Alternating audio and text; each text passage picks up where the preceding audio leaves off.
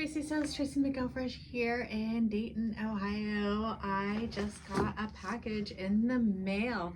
So someone on Facebook in one of the groups, I think it was the GASP Vintage Archives for Vintage Patterns group, posted a picture of a pattern, and I said, I have that pattern and it's not my size. And I said, maybe we can trade patterns. So Katie from Michigan went ahead and sent me 6 patterns to choose from, and I picked one. So I'm going to share today the pattern that I picked from Katie, and then she got my pattern.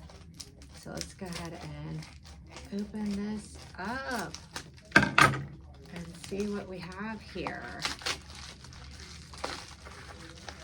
Well, she did a good job. She put cardboard in hers. I should have put cardboard in mine. Sorry, Katie. I hope it gets you okay. It was in a hard envelope. So here it is. Aw, and she had put a little thank you sticker on it. How nice. So that 1940s Hollywood, I believe it's $7.99. Look how cute that is. So other than shipping, I got a free pattern that I can use in my size, and then she's got a pattern and hopefully it fits her. So thank you so much, Katie, for treating me. I was really excited to get this. Have a great day.